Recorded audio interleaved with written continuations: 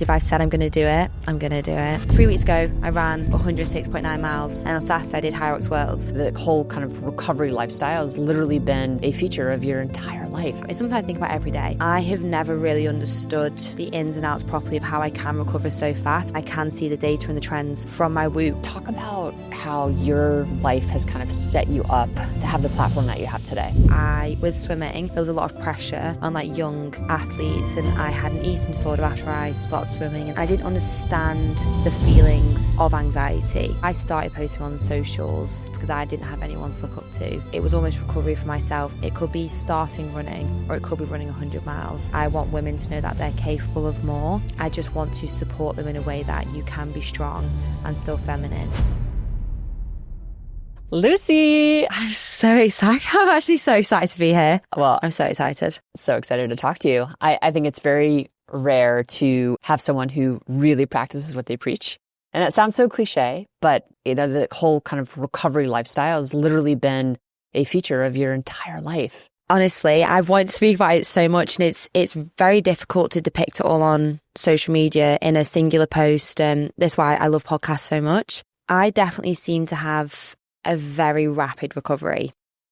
And having seen your data, it's the amount of strain you put on your body. I mean, you're averaging 18 strain a day. Mm-hmm. And your ability to recover and rebound from that is, so when you think about the load that you put on your body, okay, over the course of a day, you're training sometimes 4 hours a day. Mm-hmm. So in order to rebound in the way that you are, your other 20 hours of the day literally have to be perfection. I've always been a sporty kid. Like in high school, in primary school, university, I was the sporty kid. So I used to swim from a really young age. We kind of did all the sports, me and my sister, and we chose swimming, but it was competitive. So 9 times a week, 4 or 5 hours a day, in the pool, land work, all of that. I did that till I was about 18. For a really long period of my life growing up, I was very much into fitness, health and fitness. So low resting heart rate. I understood it from a young age. We were very clued up. This wasn't the plan. I love what I do now, but I'd never thought, oh, this is going to be what I want to do. So now my life's more shared on social media. People are like, oh, how do you recover so fast from 3 weeks ago? I ran 106.9 miles, and on Saturday I did Hyrox Worlds. And I have never really understood the ins and outs properly of how I can recover so fast, but I know genetically there is something there from when I've been 3 or 4 years old where I have been able to recover, but I'm obsessed with stats. I love the data, but I actually use it. I think there's a slight difference with sometimes you can kind of look at it, but then not use it. I actually use it. So yeah, the sleep and what I can work on, stress levels. But that's the only thing, like, interestingly, what you said before, like, yeah, 4 hours of training a day. I'm actually stressed a lot of the time, which is crazy to me. Like, I can kind of feel it, or I think I'm stressed, but I'm actually probably not. I deal with things relatively well, really good with time management, everything like that. And I think that's just how I'm recovering, and I'm just like very happy. And I think that's one of the things. Like, I'm very happy, I'm very positive. So even though I'm training so hard and I can feel it, it's like, oh, but no, I'm good. Like, I'm okay. We have some interesting data around that, actually. So you might actually just be, while you're stressed, and stress monitor might indicate that you're stressed and your strain is high, you're viewing what you're doing as a challenge. So it has a very different kind of physiological impact than if you're in a state of threat. So, and we see that in the data. So I think you're probably in a state of challenge, where you're excited about things that you're doing. Off it, and I do, and I can recognize like maybe the difference between challenge and actual stress. Like when there's stresses with the businesses or work, I can internally feel it sometimes. Like, I used to have quite bad anxiety, like growing up, and I could feel the heart palpitations. I get like the physical effects. So I kind of recognize those now, and I know the difference between, no, this is manageable stress and this is something I can deal with, and I can calm myself down. And there's a difference to how it used to feel. But I think that is it. It's like, oh, it's a challenge, and I get my teeth stuck into that, and that's what I enjoy. That's like my favorite thing to do. Do you feel like it's, when you were a kid, is it more of like, you just weren't able to control it? So then that anxiety would creep in? I didn't know what it was. I didn't understand what it was. With swimming, there was a lot of pressure on like young athletes, and I had an eating disorder after I started swimming, and there was a lot that went on. I didn't understand the feelings of anxiety. You don't learn about that. Like, we're going back, I don't know, 14 years ago, you don't really learn about mental health. So I was like, why do I feel this way? Whereas now there's so much more information and we can understand it better. And I know how to control it. Like, I've had therapy in the past, and you learn to understand how it affects your body in different ways. So that is a huge difference. And I think that's why even talking about things like this on a podcast, it's like, it is really helpful for people to be like, you can control it and you can learn it and understand it and why you feel the way you do and sit with it and move past it in different ways. I love that. All right. We have a lot of data. I know you're a data girl. So we're going to do a quick rapid fire where I'm going to ask you 5 questions. It's going to be either a yes or no or true or false. Okay. Your average day strain is nearly 40% higher than the average 28-year-old woman on Whoop. True? Yes. That's me. Okay. Yep. This is fun because I don't know what you're about to say. I know. So our average is 9.9 for someone your age. Yours is 14.8. Love that for me. Yep. I can feel that. Yep. Yeah. That's a high strain. Okay. This is yes or no. Do you get more sleep than the average female Whoop user? I'm going to say no. Correct. Yeah. My sleep. Lucy sleeps 6.9 hours and peer average is 7.3. That's not a bad thing, though, necessarily. It's been bad recently. Do you feel like it's been really bad recently? Bad in that you don't feel as good and that your recovery is not as good? Just, I think the past month, like, my training was so intense for the 100-miler. Didn't sleep the whole way through that, and then went into High Rocks Worlds. It's just my sleep has just been, but I'm really aware of it. And I've been trying to make it better. So I kind of would guess that's not as... Well, you know what's interesting? I don't know if it's a bad thing. I mean, if you feel like your training isn't as good or you don't feel as good, objectively, your sleep efficiency is good. All of your data is trending in a better direction. And your sleep consistency is above the average, which drives the quality. So while you're sleeping slightly less, your sleep is really efficient. Yeah. And looks like it's good sleep. I do feel that I'm getting into it more, but like last night I had the best night's sleep and everything was kind of back where it is supposed to be, like HRV 120, resting heart rate 38, and I woke up and I thought, I'm back. Like, they're my stats that I know I'm really optimal, and that's good for me. And I slept about 7.5 hours. Okay, so that's probably your sweet spot.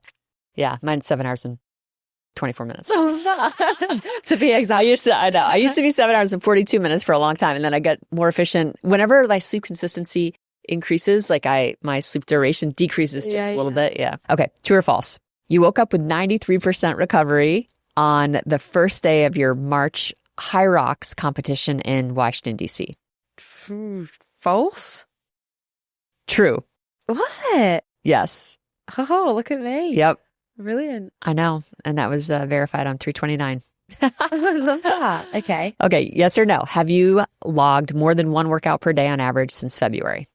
Ooh, yes. Yes.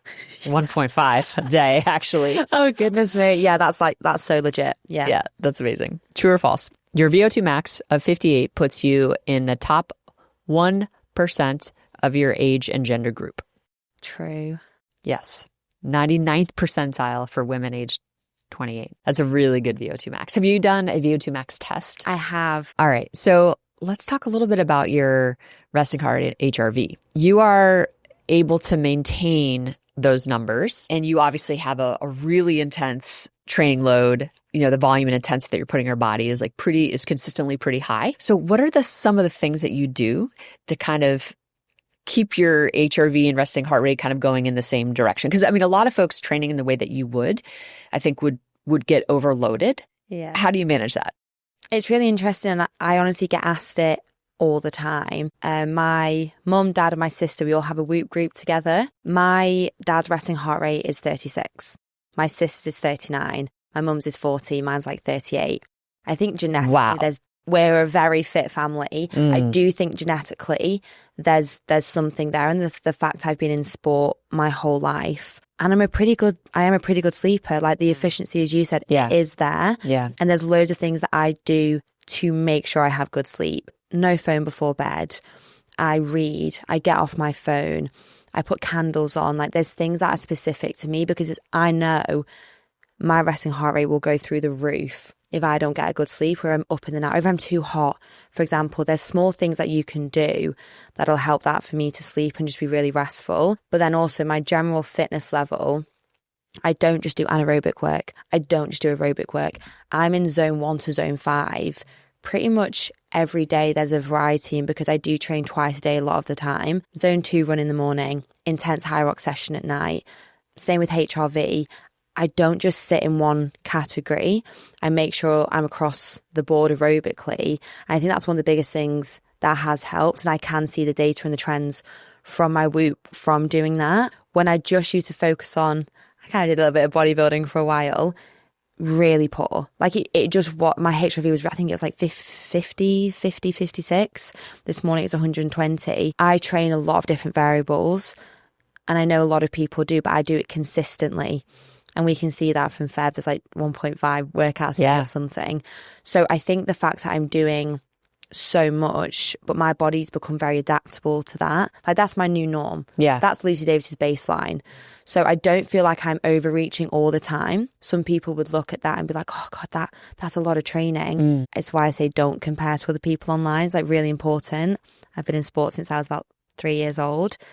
And I just think my body, as I've started running more, as I've started doing high rocks and all these things, it adapts every single week to what I'm doing. But there's so much variety in my training, I can kind of understand why it's doing that. When you want to get fitter, how do you change up your training? Because there we'd expect to see a suppression in your HRV and a little bit of increase in your resting heart rate as you're really pushing, your thresholds. So interestingly for me, I have to add in more zone 2, zone 1, like bike work, like aerobic, just build. And then the spikes of really intense, fast engine, sprint work, as in like polar opposites. Yeah. My running heart rate is very, very low. It just naturally is. So I have to put myself into a really uncomfortable position to spike my heart rate anaerobically, but then also jump on the bike when my heart rate is literally 80. And it's getting those differences. But I was sitting on the bike for 2 hours, and then the sprints could be 20 minutes. So it's completely different styles of training, but that's what we've realised over the past couple of months. That is how I'm getting fitter, and it's just consistently doing it. It's not just doing it for a month. I have to add it in and be consistent with it. In order to see the improvements. To see the improvements. And also taking rest. I used to not be very good at actually taking rest. I used to really struggle with it. I think that's quite normal for a female athlete. There's a lot of your body dysmorphias and things like that, and it's quite difficult. I know when my body needs to rest. Like I just took the whole weekend off and it was glorious. Just walked around because I needed it after high rocks. I could have jumped back in for sure, but I've just ran 100 miles. I was like, I need to not do that, Lucy. And it's learning yourself. I know, it was awful. It's learning yourself and your body. How is that broken up, the 100 miles? So it was 4.2 miles every hour on the hour. And you just keep going until you can't go anymore.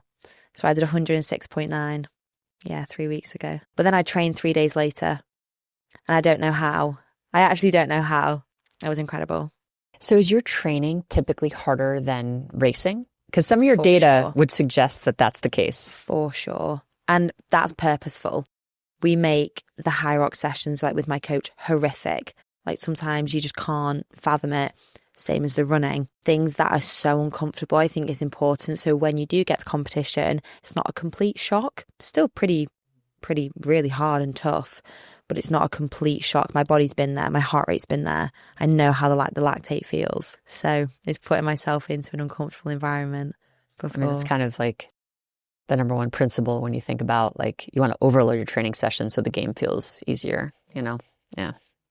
Love it. Your Whoop age is you're like less than you're 18, I think, right? So less than that probably. Less than 18 and I'm 28. So I thought I really wanted it to be I love that feature. I think that's just so fun. It's so fun, right? I'm quite competitive. Yeah. And I think I was speaking to Sam and he was like, I think you're at the lowest. And I was like, if I wasn't, I would have absolutely put myself in that position. Yeah, below 18. Yeah, that's crazy. And just for folks listening, this is the our personalized metric that reflects basically Lucy's body's physiological age based on her kind of sleep and activity and fitness data. So it's really impressive. Your pace of aging, as you can imagine, is 0.5 times slower.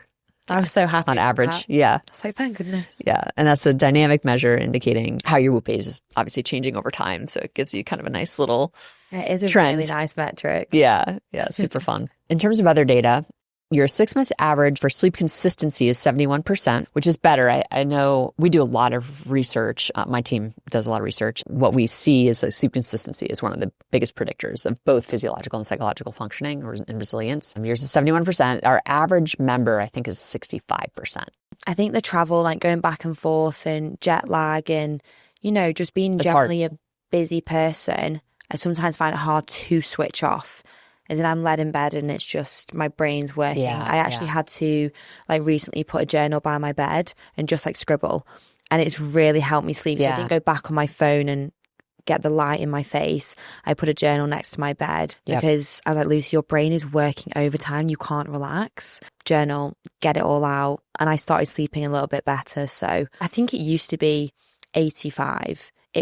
My sleep was incredible. And then I went through quite a lot last year and my head just fell off, and I'm getting back. I just had so much going on, so much change, back and forth. Travel, which usually I'm okay with, but it's jet lag, back and forth, racing. I've done back-to-back races since November. Intense. Yeah, there's a lot of good evidence. Just it's this concept called scheduling your worries. And you just a couple hours before bed, an hour before bed, you just write down all your worries. That's what it is. And then you can just dream and just sleep. Yeah. Yeah. I think it's smart. Getting into that restful state. I mean, it's one thing to be like, I want to improve my sleep consistency, is another thing actually falling asleep. Sometimes not easy, but it sounds like you're doing everything that you can. Steps per day. I mean, this is insane. Your 6 month average is 18,708 steps. I'll tell you. Yeah, it's just wild. My daughter was at crazy. Camp last week. It's a summer leadership experience at West Point. It's like a High Rocks, for 7 days where they're just everything. So much training. Yeah, and her average steps were 22,000 just last week. Yeah, which is crazy. But 18,000 steps, your 6 months average, that is kind of mind blowing to me.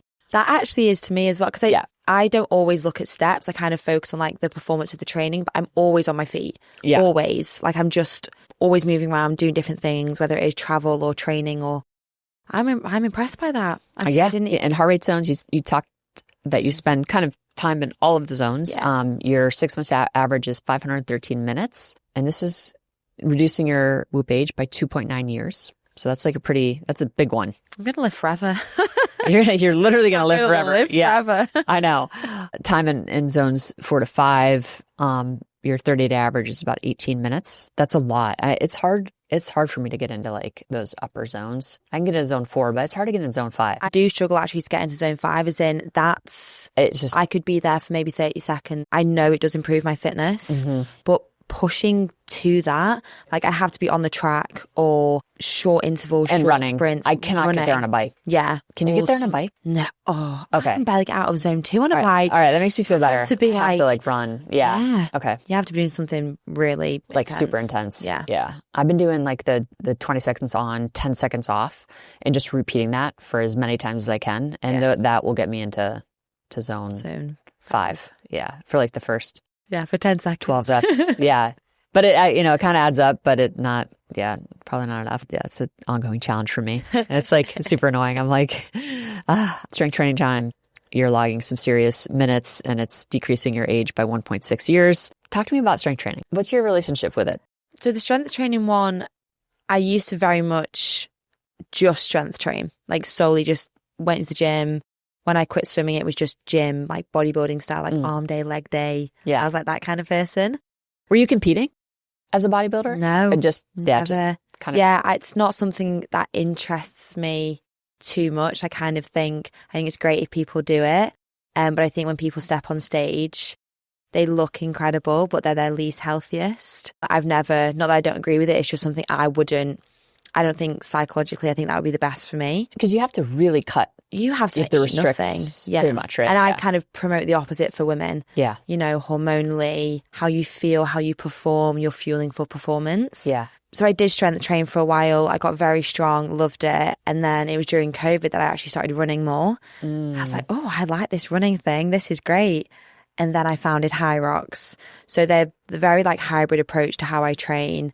I'd love to do an Ironman because I have a swimming background and all these different modalities. It's like my favorite thing to do. So the strength training that I do now is very much based to facilitate the High Rocks training. So I'll do heavy squats for the sled, or I'll do specific push press for wall balls. Yep. So it always has like a purpose around it. Okay. But it's very much split running, High Rocks, kind of like probably 60-70% running.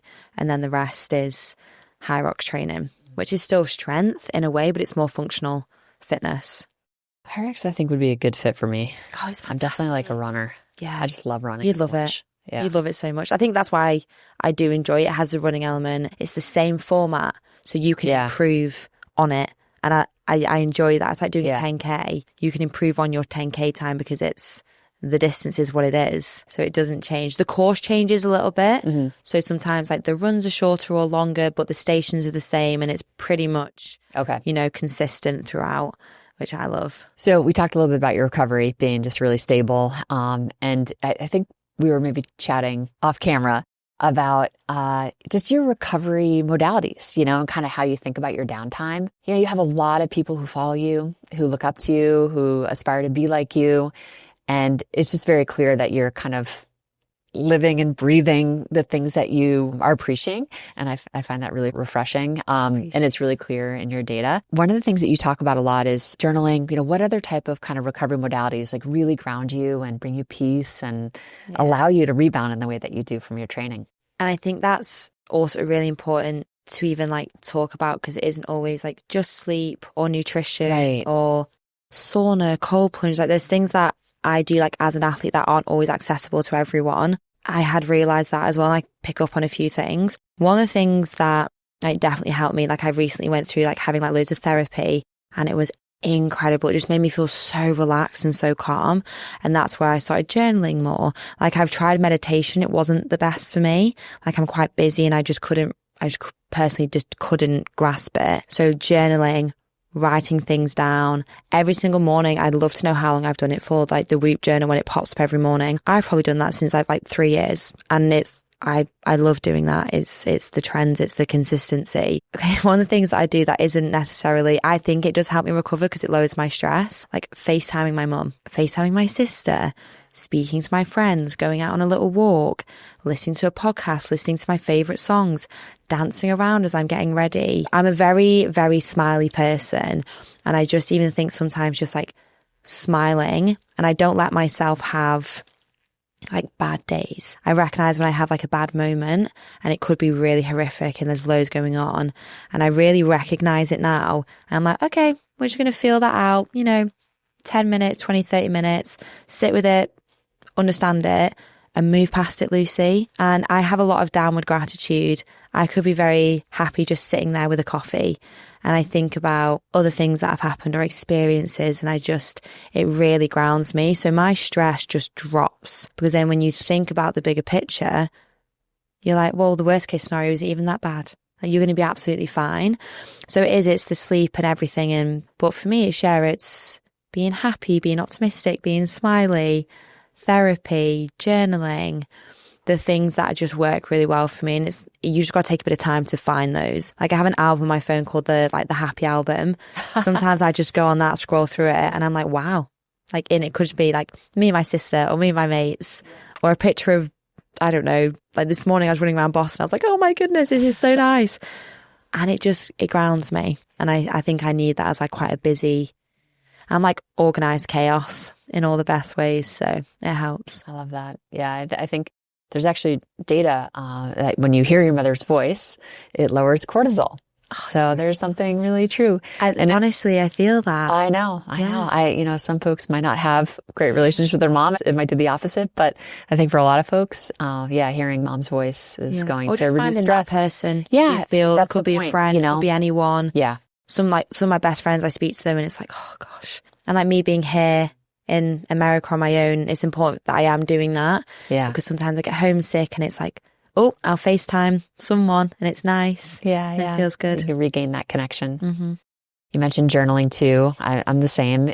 I do think for athletes, for high-end elite athletes, meditation can be hard to kind of drop into a state where you feel like you're really getting something out of meditation. Yeah. I hear that a lot. Yeah. And I really tried with it. Yeah. I was like, I'm just going to try something else because I did do 5 minutes and my brain would just go into overdrive, and I tried and I thought, do you know what? I'll just journal instead.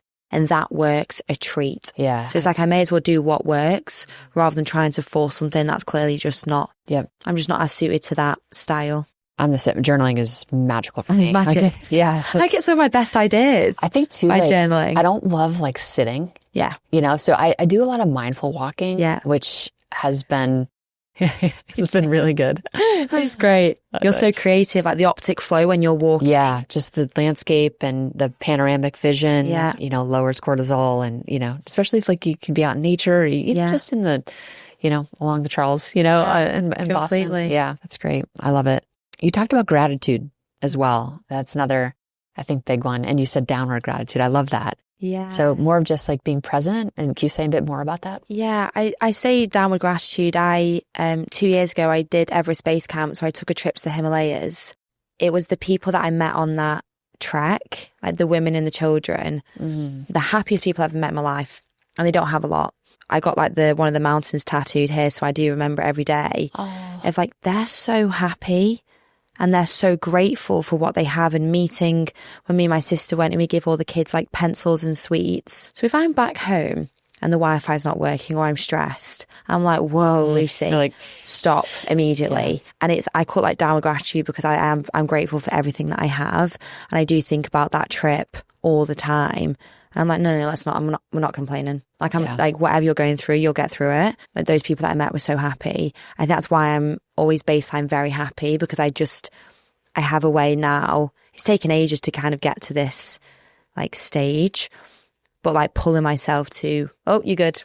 Like remember other things, like pull it back. So yeah, I call it like downward gratitude. I love it. I think you're anchoring, yourself too in like actions that you do, like I think it is easy for all of us to like, feel bad for ourselves for, or like kind of wallow in self-pity. And I love what you said, that you let yourself go there for a second. Yeah.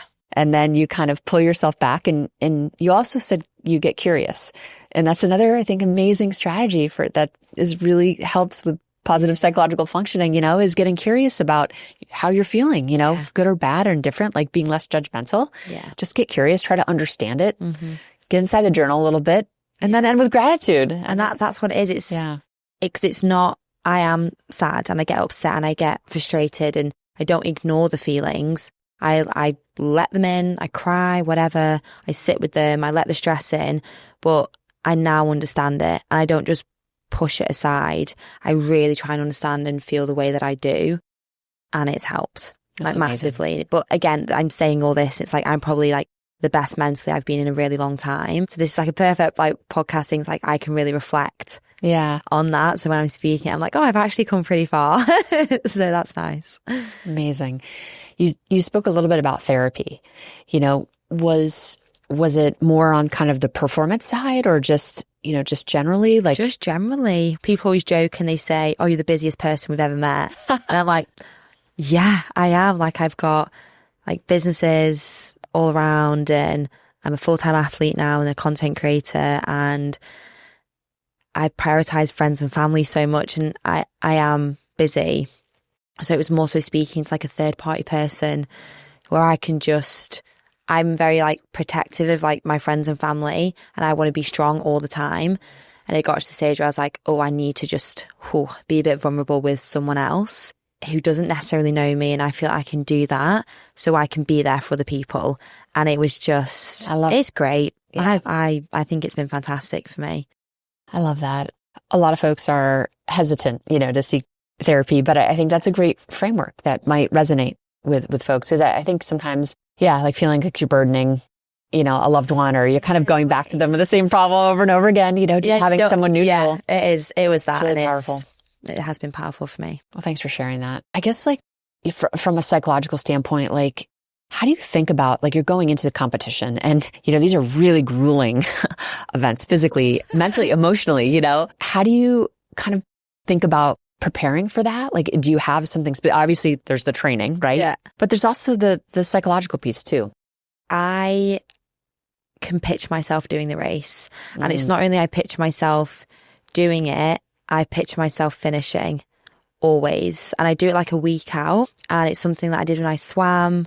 Even Last Man Standing, it had no end point, but I still envisioned myself going over the line at whatever mileage I'd hit.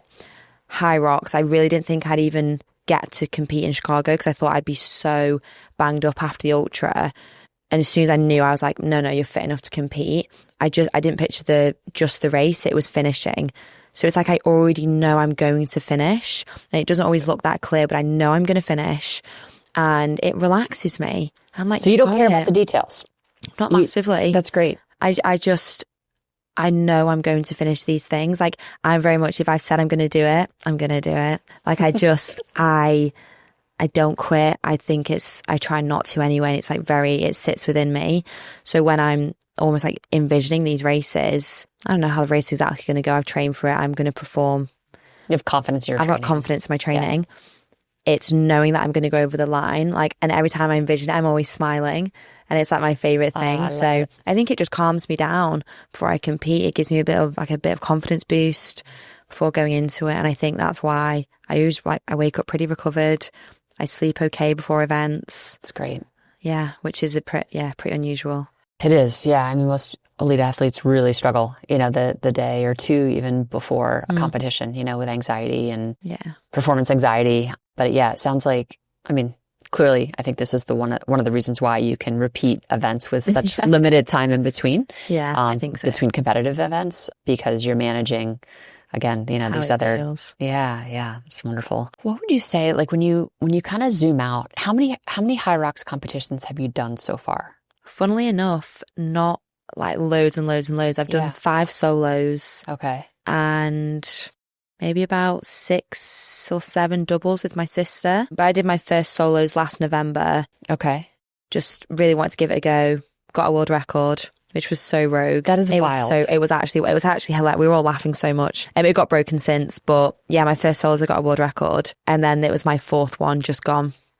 Can you walk through what the events were in the one that you got the world record? Yeah, so High Rocks, I did the open weight. I now do pro, but the first one I was like, I'm just going to give it a go. It's going to be exciting. Okay. Same format. You have 1K runs between 8 different stations.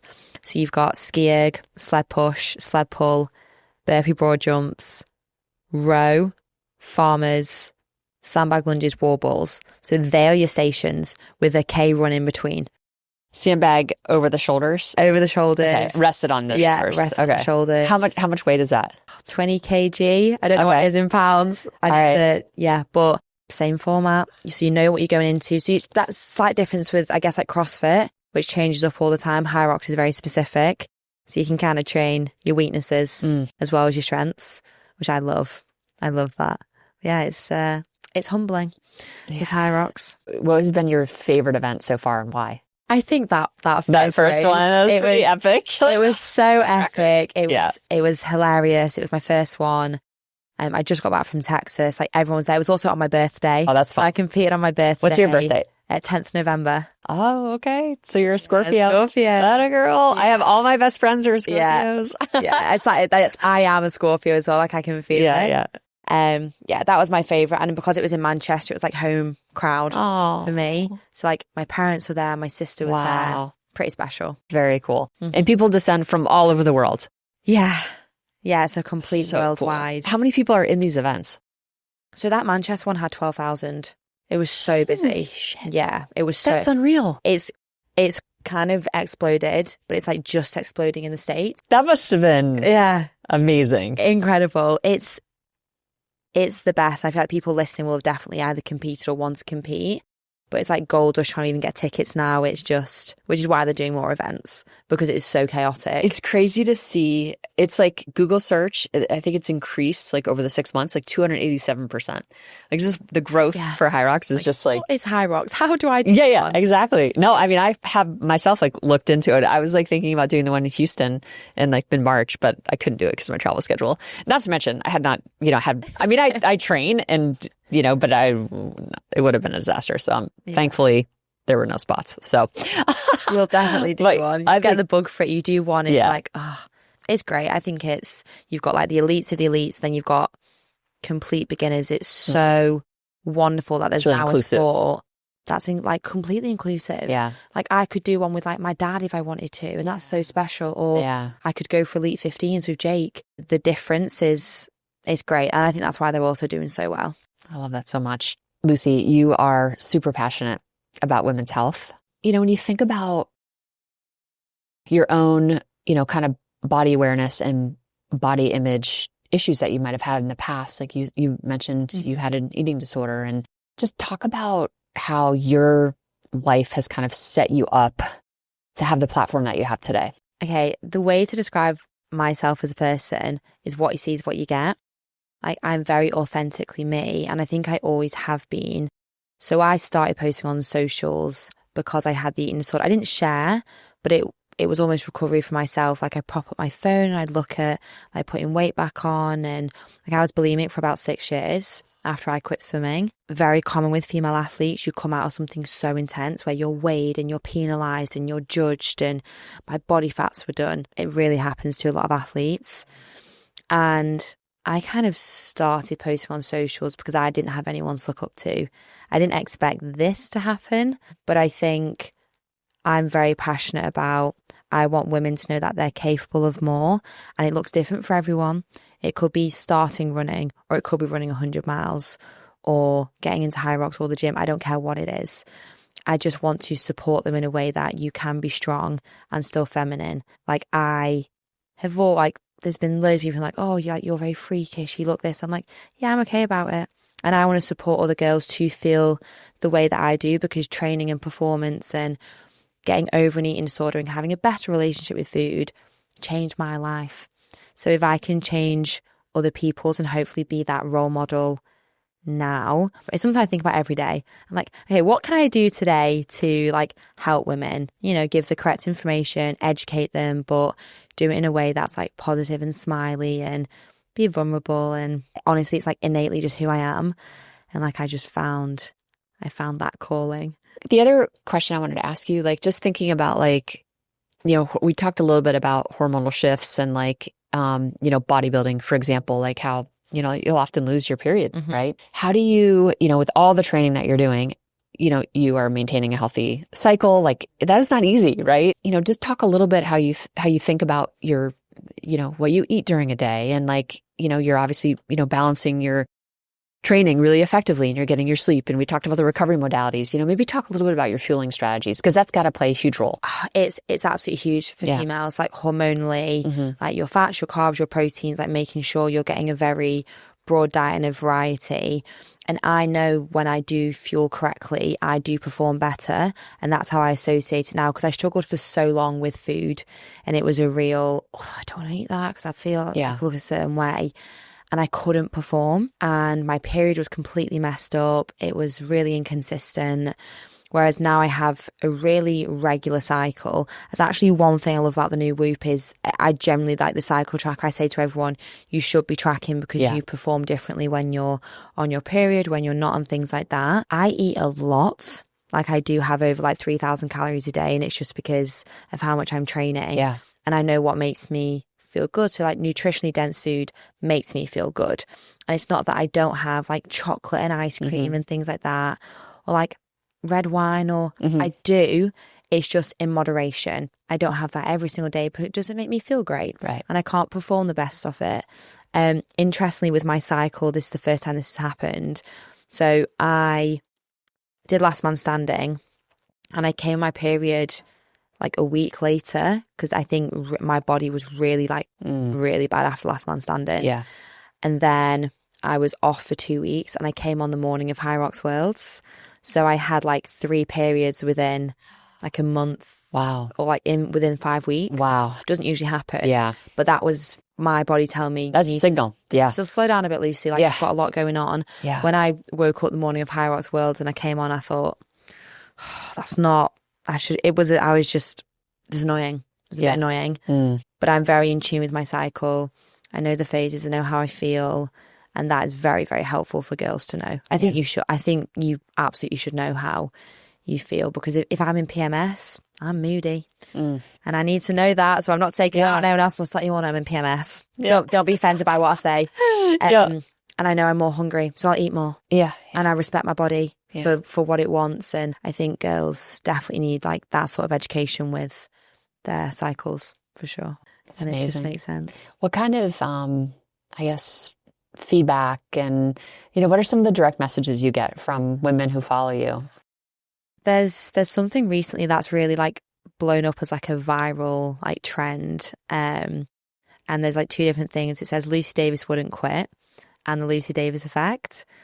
Oh, I love that. It's blown up. It's gone viral. Those people at High Rocks, a girl got Lucy Davis wouldn't quit tattooed on her. And I was like, wow, that's intense. That's intense. I was like, oh my goodness. It's just, a lot of people just say like the inspiration and the meshing, the way that I approach things is very authentic. I'm not lying to anyone. I am who I am. And I show you can go through really tough times and you can come out the other side, or you can challenge yourself as a woman and you can be strong. And like, I'm very pro men and pro women. Like, I'm completely both of them. But it is proving to girls that, you can be tough and vulnerable at the same time, and you can care and you can do this. They're the kind of meshes that I get, and like the inspiration.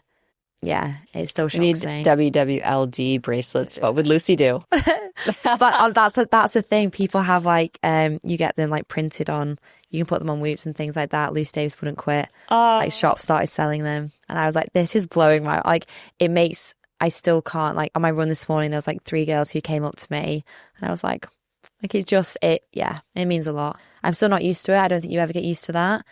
But just knowing that you're like impacting special. People, I mean, that's so special. I know at Whoop, we're really honored to have you be a part of our family. Part of it. It is. It's incredible. Yeah. We're very lucky. Well, thank you. Thank you.